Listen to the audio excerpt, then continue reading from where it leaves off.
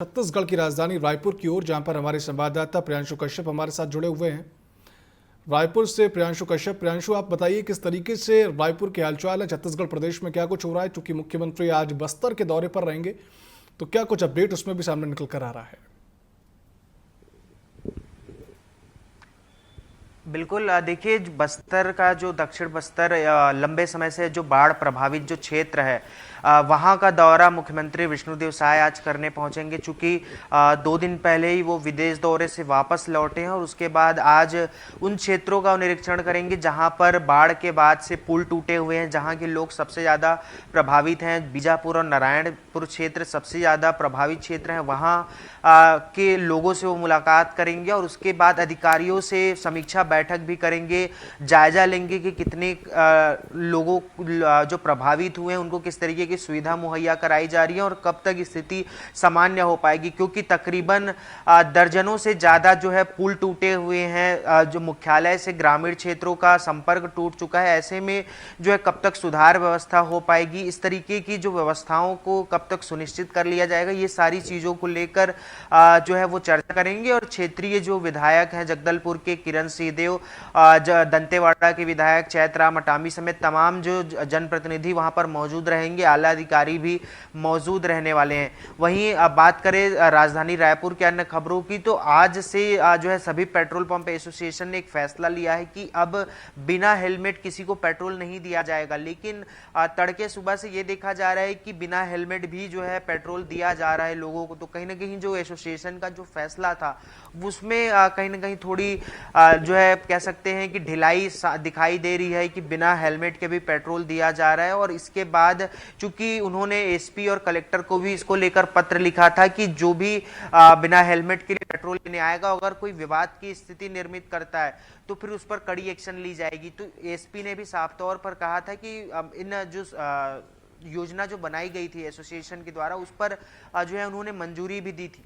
वहीं भारतमाला प्रोजेक्ट से जुड़ा हुआ एक महत्वपूर्ण अपडेट कि अब जो है केंद्र सरकार की एंट्री हो चुकी है इस पूरे घोटाला मामले में। जो भारतमाला परियोजना में घोटाला हुआ था करोड़ों रुपए के मुआवजा की राशि का, उसमें अब सरकार ने यानी केंद्रीय परिवहन विभाग ने अब इसकी पूरी जानकारी और रिपोर्ट मांगी है। चूंकि शुरुआती दिनों में तकरीबन जो है जिलों के स्तर पर इस पूरे जांच प्रक्रिया को कराया जा रहा था।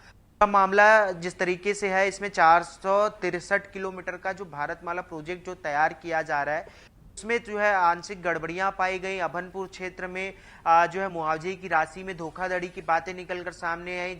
एसडीएम पटवारी समेत तमाम राजस्व विभाग के अधिकारियों की संलिप्तता थी। उसके बाद जांच कराई गई जिसमें अब जो है जिला स्तर पर जांच होने के बाद जो संभाग कमिश्नर हैं उनको जिम्मेदारी दी गई है, वो अपनी रिपोर्ट राज्य सरकार को सौंपेंगे और राज्य सरकार उसके बाद जो है ये पूरे रिपोर्ट को केंद्रीय परिवहन विभाग को भी सौंपने वाली है। तो कहीं ना कहीं अब जो जितने घोटाले हुए हैं और जो अधिकारियों की संलिप्तता है उन पर बड़ी कार्रवाई होने के आसार भी नजर आ रहे हैं। तो कहीं ना कहीं अब जो है इस पूरे मामले पर जो है केंद्र सरकार और जो केंद्रीय नेतृत्व है, केंद्रीय परिवहन विभाग है, वो मामले पर संज्ञान लेती हुई नजर आ रही है और इस पर कड़ी कार्रवाई की जो है आशंका भी बढ़ती जा रही है। जी प्रियांशु, आप बात कर रहे थे राजधानी रायपुर की और छत्तीसगढ़ की, जहां पर बहुत सारी चीज़ें देखने को मिल रही हैं। इस बीच मैं आपसे ये भी पूछना चाहूँगा कि जिस तरीके से आपने कहा कि नो पेट्रोल और नो हेलमेट की बात जब की जा रही थी और सुबह से ही लोग ऐसा कर रहे हैं, चूँकि सरकारी आदेश नहीं था, पेट्रोल पंप एसोसिएशन के ज़रिए ये चीज़ की गई, तो इस पर क्या लगता है कि सरकारी आदेश होगा तब ज़्यादा लोग इस पर यकीन करेंगे? क्योंकि बिना सरकारी आदेश के जो लोग हैं वो अभी भी लापरवाही बरत रहे हैं।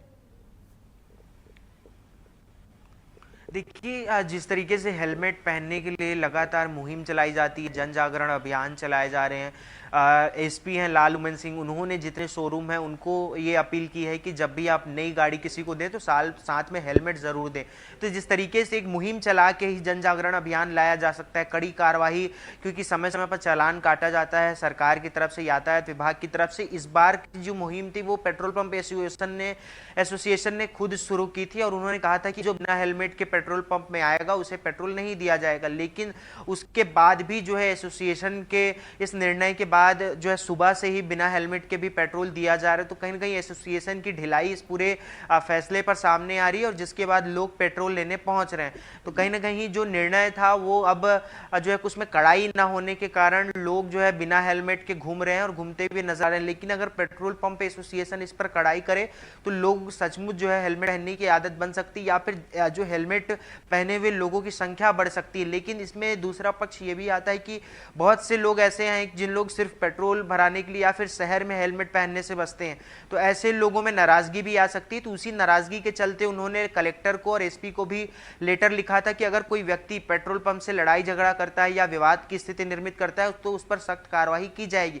तो इसको लेकर जो है प्रशासन ने भी हामी भरी थी कि उस पर विशेष निगरानी रखी जाएगी और उस पर कानूनी प्रक्रिया के तहत कार्रवाई की जाएगी। लेकिन अब तक जिस तरीके से ढिलाई सामने आ रही है, ये कयास लगाए जा रहे हैं कि ये फैसला भी जो है पूरे तरीके से गोलमोल होता हुआ और ढिलाई के होता हुआ नजर आ रहा है।